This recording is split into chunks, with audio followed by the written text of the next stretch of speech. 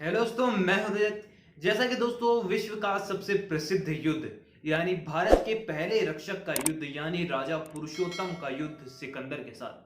पूरे विश्व भर में इस युद्ध को याद किया जाता है हाइडेपस के युद्ध के नाम से। लेकिन दोस्तों इस युद्ध के परिणाम क्या थे, इसको लेकर आज भी कई सारे संशय हैं। जहां पर दोस्तों यूनानी इतिहासकारों ने ऐसा बताया है कि सिकंदर ने राजा पोरस को हराकर उन्हें क्षमा कर दिया और उनका साम्राज्य उन्हें फिर से लौटा दिया। लेकिन दोस्तों इससे ही जुड़े एक वीडियो में हम सब ने इसी के बारे में बात की थी कि आखिरकार क्या ये सच है कि राजा पुरुषोत्तम हार गए थे या फिर राजा पुरुषोत्तम की विजय को छुपाया गया इतिहासकारों द्वारा।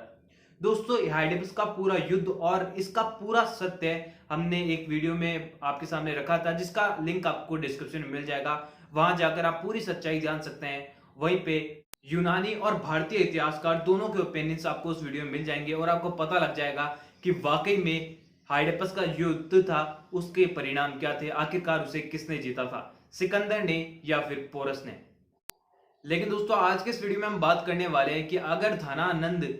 पोरस का साथ देता युद्ध में, हाइडेपस के युद्ध में, तो युद्ध के परिणाम क्या होते।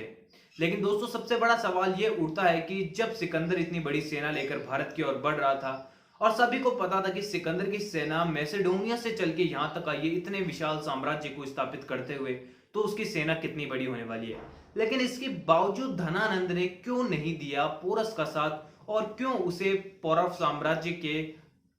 आगे बढ़ने दिया और क्यों राजा पुरुषोत्तम को सहायता करने से मना कर दिया।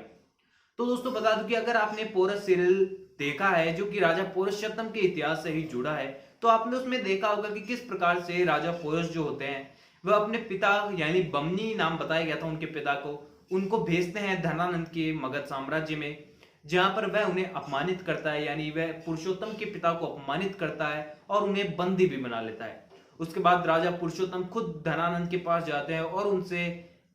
मल्ल युद्ध करते हैं और उसके बाद वह अपने पिता को छुड़वा कर ले आते हैं। लेकिन दोस्तों इतिहास में कहीं पे भी ऐसा अंकित नहीं किया जाता है कि राजा पुरुषोत्तम के पिता को धनानंद द्वारा बंदी बनाया गया था और उसके बाद राजा पुरुषोत्तम ने युद्ध किया था धनानंद से और उसके बाद अपने पिता को छुड़वाकर वह फिर से पौरव राष्ट्र आए थे। ऐसा कहीं पर भी इतिहास में अंकित नहीं किया गया है, यह सिर्फ हमें सीरियल में दिखाया गया था। लेकिन दोस्तों आखिर असल कारण क्या था कि धनानंद ने मदद नहीं की राजा पुरुषोत्तम की।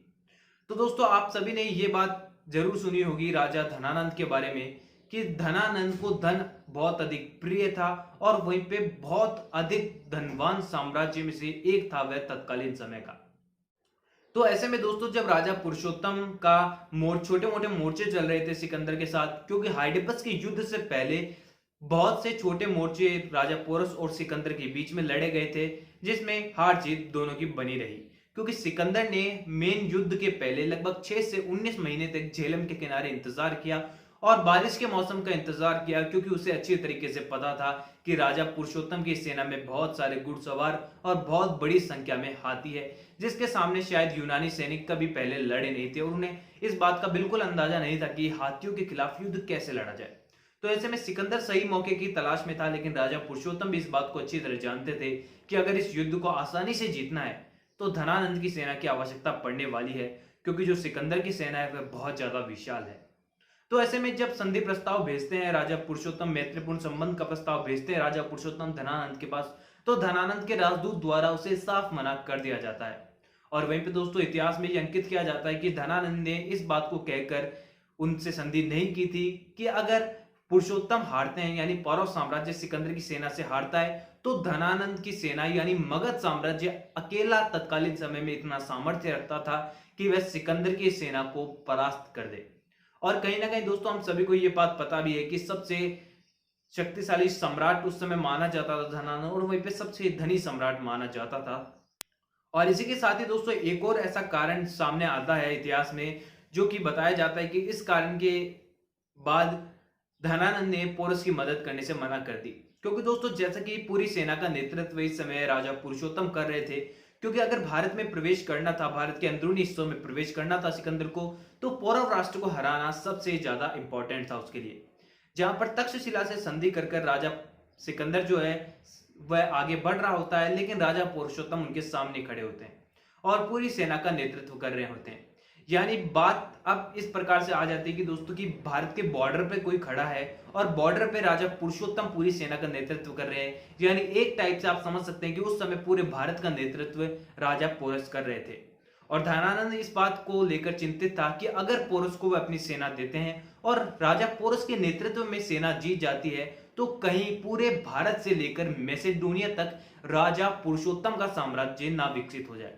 दोस्तों इतिहास हर बार यही बताता है कि जब भी हम भारतीय आपस में लड़े हैं तो वाकई में काफी बड़ा नुकसान हुआ है, चाहे इस बात को माने या नहीं माने। और इसी आपसी फूट के कारण धनानंद ने अपनी सेना पुरुषोत्तम को देने से मना कर दी, राजा पोरस को देने से मना कर दी, क्योंकि उसे यह डर था कि अगर राजा पोरस के नेतृत्व में सेना विजयी हो जाती है तो पौरव राष्ट्र से लेकर पूरा भारतवर्ष और वहीं पे मैसेडोनिया तक राजा पुरुषोत्तम का परचम लहराएगा और फिर धनानंद का धन और उसका साम्राज्य बहुत छोटा हो जाएगा राजा पुरुषोत्तम के साम्राज्य के आगे। उसके बाद दोस्तों युद्ध के परिणाम को लेकर काफी सारे संशय उत्पन्न होते हैं, जिसके बारे में हम कई सारे वीडियोस में बात कर चुके हैं। दोस्तों युद्ध के बारे में अगर आपको पूरी हिस्ट्री जाननी है कि इस हाइडेपस के युद्ध में किसकी विजय हुई थी, किसकी हार हुई थी, युद्ध किस प्रकार से आगे बढ़ा, तो दोस्तों एक वीडियो में हमने इसके बारे में बात की थी, डिस्क्रिप्शन में आपको उसको लिंक मिलेगा,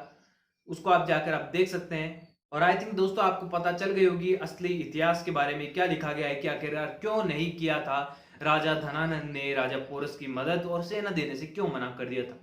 दोस्तों आपके इस बारे में क्या विचार है, आप इस बारे में क्या सोचते हैं, कमेंट में मुझे जरूर बताइए।